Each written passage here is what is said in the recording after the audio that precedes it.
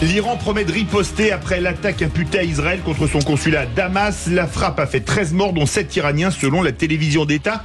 Dans ce contexte, l'Union européenne appelle l'État hébreu à la retenue après la frappe qui a tué 7 travailleurs humanitaires à Gaza. Alors parlons vrai, l'Iran a-t-il les moyens de riposter contre Israël? La Syrie, qui a été elle aussi frappée, peut-elle aussi frapper Israël? Et croyez-vous que la guerre à Gaza va continuer encore longtemps? À la question du jour, craignez-vous une extension du conflit au Proche-Orient? Vous dites oui à 64%. Avec nous, notre expert du jour, David Rigoulet-Rose, chercheur à l'IRIS, l'Institut des Relations Internationales et Stratégiques, rédacteur en chef de la revue Orient Stratégique. Le dernier numéro est intitulé « Liban, polycrise et menaces existentielles ». On fait un tour de table des vraies voix. Philippe Bilger, est-ce que vous craignez une extension du conflit Proche et Moyen-Orient? Pour répondre très rapidement à l'interrogation de Sud Radio, d'une manière qui ne m'imposera pas une réflexion approfondie, oui, de toute manière, je crains une extension du conflit. Mais une fois que j'ai dit cela, et ça n'est pas pour fuir mes responsabilités, les interrogations pertinentes que vous formulez, Philippe, supposent une omniscience de ma part dans le domaine géopolitique, et je ne l'ai pas du tout. Et je suis heureux d'avoir un invité qui, lui, s'y connaît. Ce dont j'ai l'impression, c'est que, bien sûr, l'Iran ne pourra pas demeurer sans réaction. Alors, je ne connais pas les modalités de ce qu'elle mettra en œuvre, et par ailleurs, j'ai l'impression, en tant que profane dans ce domaine, qu'Israël fait à peu près ce qu'elle veut, complètement en roue libre. Mais peut-être que j'ai tort. Françoise Devoix. Moi, je crains pas une extension du conflit. Pour qu'il y ait une extension du conflit, l'extension du conflit, on l'a déjà connue, les guerres arabes, on a déjà connu 67, 73, il faudrait que les grandes nations arabes rentrent dans la danse, ça n'est pas le cas. L'Arabie Saoudite, certes, évidemment, a suspendu les accords d'Abraham qu'elle a elle-même aidé à signer et qu'elle a elle-même généré pour 1000 raisons technologiques, mais ces accords ne sont que suspendus. Maintenant, il faudra qu'Israël paye un prix plus élevé pour les accords d'Abraham. Ils sont là. La Jordanie ne bouge pas. L'Égypte, bien sûr que non. Non, je pense que l'Iran va riposter, mais comme elle riposte toujours, pas directement, à travers ses outils, ses proxys, ce qu'on appelle les proxys. L'Iran va riposter dans la mer Rouge, ce qui devient de plus en plus un problème pour le fret international. Je dirais juste que pourquoi Israël fait ça, je ne sais pas si Israël est en roue libre, ça c'est pas le sujet, c'est encore un autre débat, mais en tout cas c'est vraiment une frappe entre guillemets préventive, j'ai envie de dire. C'est le signal au Hezbollah, c'est-à-dire pour éviter la guerre du Nord. Vous savez, Israël est coincé depuis 10 ans entre Gaza au sud, Hamas, et le Liban au nord, avec une très sévère défaite lors de la dernière guerre du Liban. Vraiment, le Hezbollah avait marqué des points et l'armée israélienne avait été quand même littéralement foncé. Donc je pense que le signal, ces frappes préventives, c'est à destination du Hezbollah et donc de l'Iran. Et l'Iran riposte, certes, avec les outils, ses proxys, et non pas d'extension. L'extension, ce serait une entrée en guerre des pays arabes, ce n'est pas le cas. Sophie Gauguin. Oui, je crois qu'en fait, à chaque fois, tout est tellement mesuré. Moi, je suis pas une experte non plus. C'est pour ça que ça m'intéresse de vous entendre, monsieur. Mais on sait très bien que rien n'est décidé au hasard et qu'on attend des effets boomerang souvent ou papillons, et que du coup, les relations diplomatiques entre les uns et les autres sont d'autant plus importantes pour éviter cet embrasement. Voilà. Enfin, moi, c'est comme ça que j'analyse la situation. Je serais heureuse de vous entendre. David Rigoulet-Rose, pour reprendre, vous allez répondre à tout le monde, mais je vais reprendre un mot de Françoise Devoix. Frappe préventive, est-ce qu'à votre avis, à Damas, c'était des frappes préventives? Quand on regarde ce qui a été visé, c'est plus qu'une frappe préventive. C'est que c'est le top 3 de la force Al-Quds, qui est la force des gardiens de la révolution au niveau régional, qui a été décapitée. Donc il y a les principaux, il y a celui que le Mohamed Reza Zahedi, qui était le chef à la fois sur le Liban et sur la Syrie, son adjoint en Syrie, 4 hauts officiers. Il y avait manifestement une réunion de l'ensemble qui était dans l'annexe de l'ambassade iranienne, ce qui n'est pas rien, puisque l'annexe en question, qui abritait aussi la résidence de l'ambassadeur, d'ailleurs, Hossein Akbari, a été intégralement rasée. Donc c'est plus qu'un message. Il y a potentiellement une logique escalatoire qui est anticipée, notamment sur le front nord, et qui s'est élargie à la Syrie. La Syrie, Damas, de toute façon, n'est pas en situation de répliquer. En revanche, la vraie question, c'est quelle va être la réaction de Téhéran, parce que celui qui a été éliminé, c'est le plus haut responsable de la force Al-Quds depuis Soleimani, qui avait été éliminé par les Américains en janvier 2020. Et donc il y a incontestablement quelque chose c'est quelque chose de très important qui vient de se passer. Bien sûr, mais on est d'accord que c'est pour la guerre du Liban, mais vous pensez vraiment, vous n'êtes pas d'accord avec l'idée que ce seront les proxys qui vont riposter? Vous croyez vraiment que l'Iran va riposter? Moi, non, j'ai pas dit que l'Iran riposterait directement. Donc, mais avec les proxys, l'Iran ne pourra pas s'en tenir à une simple riposte, une simple réplique, compte tenu des personnalités qui ont été visées, même si c'est pas les premières, puisque en décembre dernier, il y avait déjà un général, Sayed Razi Moussaoui, qui avait été tué. À nouveau, le 20 janvier, c'était le chef des services de renseignement de la force Al-Quds en Syrie. Mais là, c'est vraiment les personnes les plus importantes de la force Al-Quds. C'est même l'adjoint du chef de la force Al-Quds, qui est Ismail Khani.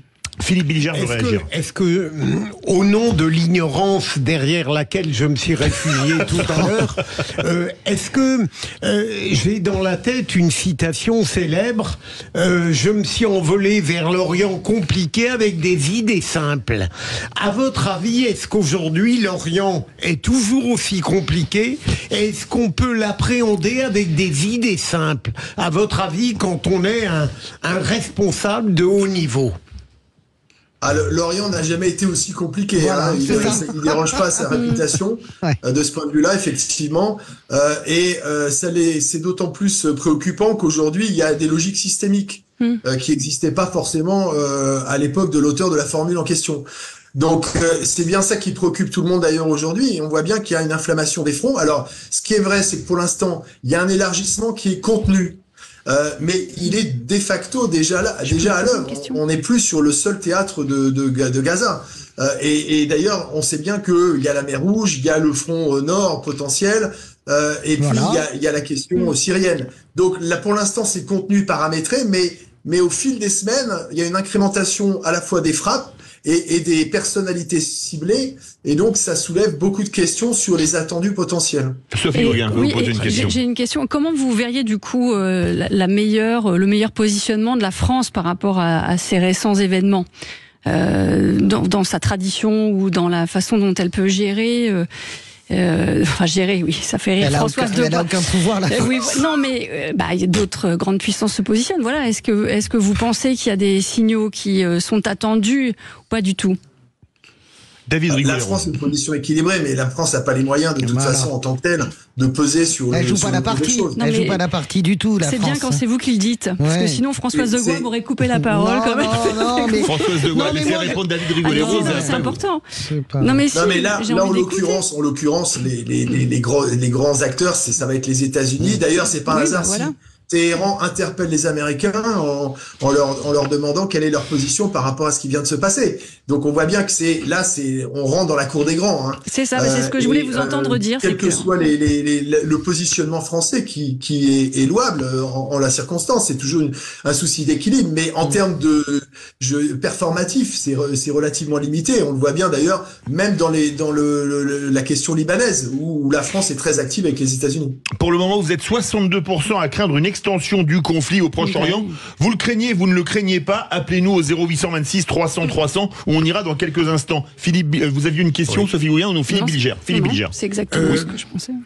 Si vous le permettez, je cède ma Françoise de David, moi, je voudrais qu'on aille plus loin, parce que vous savez très bien, ça fait des années que vous travaillez sur ces questions, j'imagine, et ça fait des années que nous connaissons absolument ces moments de tension extrêmement puissants, notamment de la part d'Israël, bien sûr, mais pas simplement. Vous savez très bien que en permanence, la tension est permanente au-delà du plateau du Golan, dans le sud, beaucoup moins, paradoxalement plus dans le nord.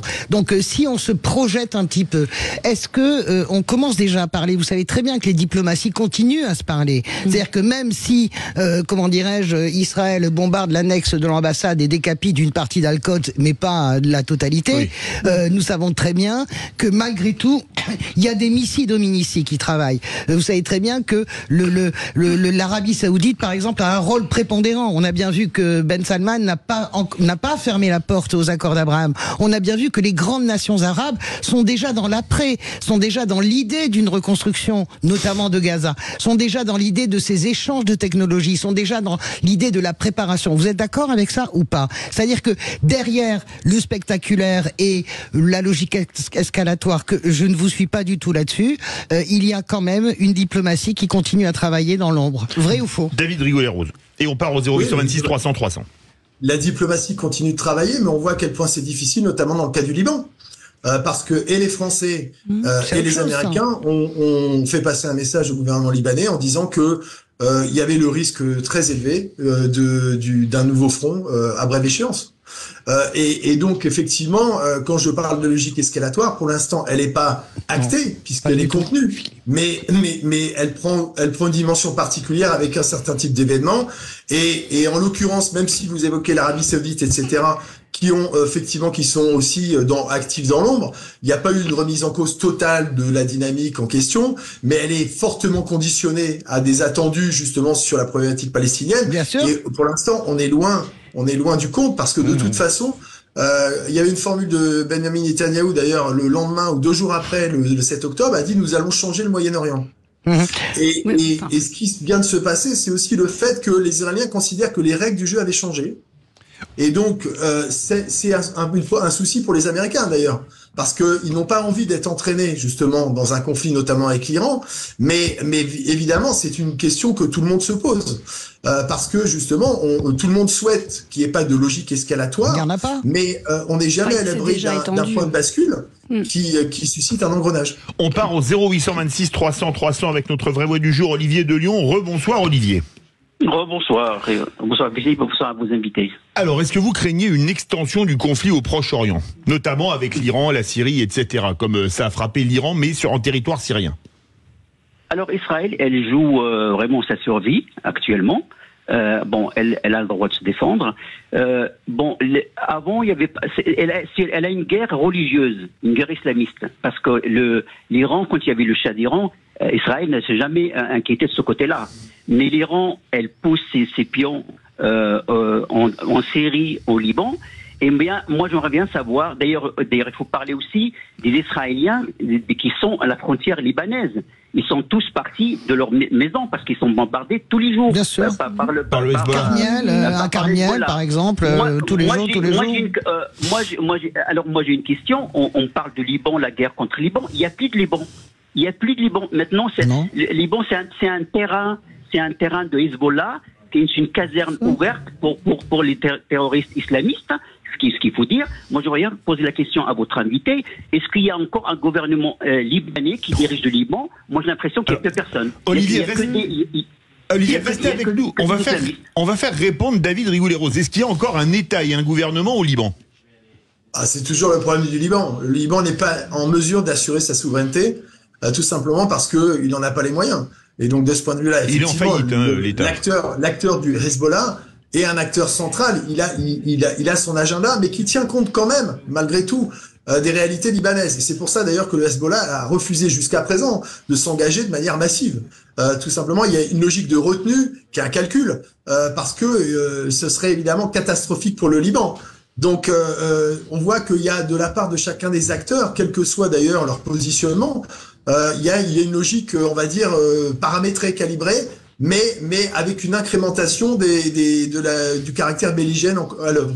Le sujet fait beaucoup réagir. On retourne au 0826 300 300 avec Dominique qui nous appelle de Nouvelle-Aquitaine. Bonsoir Dominique. Oui, bonjour à vous. Est-ce que vous craignez une extension? Oui, on vous écoute. Alors, est-ce que je crains une extension? Difficile à dire au Moyen-Orient parce que les choses sont toujours assez imprévisibles. Mais une chose est vraiment dommageable, c'est que la voix de la France ne porte plus du tout dans cette partie du monde. Voilà. On va être très clair, l'alignement de la position française sur celle des États-Unis a déconsidéré les recours qui auraient pu avoir lieu. Ensuite, on a quand même ce conflit en Ukraine, ce conflit en Ukraine qui est à la fois compliqué parce que 2 foyers comme ça aussi incendiaires, c'est dangereux, effectivement, pour la paix du monde. Je voudrais répondre juste une minute à Dominique. Très court, parce que ça réagit beaucoup. La France ne porte plus depuis bien longtemps. Depuis 1956. Bien avant le 7 octobre. Après, il y a eu Chirac avec son amour. De Suez. Attendez, la politique arabe avec Yasser Arafat, le lien d'amitié pur, profond entre Chirac et Arafat. Mais la réalité, c'est que la France ne pèse plus depuis bien avant le 7 octobre, au moins 20 ans. Véritablement. Ça réagit beaucoup au 0826 300 300. Bonsoir, Jafar qui nous appelle du Gard. Oui, bonjour. Excusez-moi, c'est un petit peu de bruit, je suis routier. Oui. Je voulais dire par rapport au conflit au Proche-Orient, c'est pas un conflit religieux. Ce n'est pas un conflit religieux. Ceux qui disent ça, c'est de la propagande. Parce que les Juifs, ils ont toujours vécu. Par exemple, moi, je suis d'origine marocaine, mais mes parents, il y a très longtemps, ils venaient de la Palestine. On sait très bien comment ça se passe. Par exemple, au Maroc, il y a 30% de Juifs, il n'y a pas de problème avec les Juifs. Le meilleur copain de mon père, c'est un juif. Donc, il n'y a pas de problème avec... c'est pas un problème de religion, c'est une question de territoire. Voilà. Alors, Jafar, oui. Merci. Il nous reste 40 secondes pour faire répondre David Rigoulet-Rose. David Rigoulet-Rose pour répondre à Dominique et à Jafar. Premièrement, l'influence de la France s'est terminée dans cette région et si oui, depuis quand? Et deuxième question, c'est un conflit de territoire et pas un conflit religieux comme le dit Jafar du Gard? Alors, concernant l'influence de la France, il est vrai qu'elle est partiellement dévaluée. Ça ne veut pas dire qu'elle est inexistante. D'ailleurs, sinon, on ne serait pas sollicité comme c'est le cas pour le Liban, aux côtés des Américains. Concernant la question du conflit, c'est un conflit multiforme. Donc, il se réduit pas à un paramètre uniquement territorial par rapport à un autre paramètre qui serait plus religieux. C'est ça qui fait d'ailleurs le caractère inextricable pour l'instant de ce conflit. Merci beaucoup David Rigoulet-Rose. Je rappelle que vous êtes chercheur à l'IRIS, rédacteur en chef de la revue Orient Stratégique. Votre dernier numéro est d'ailleurs intitulé Liban, polycrise et menaces existentielles. Merci, on a eu beaucoup d'appels, on n'a pas pu prendre tout le monde. Merci à vous.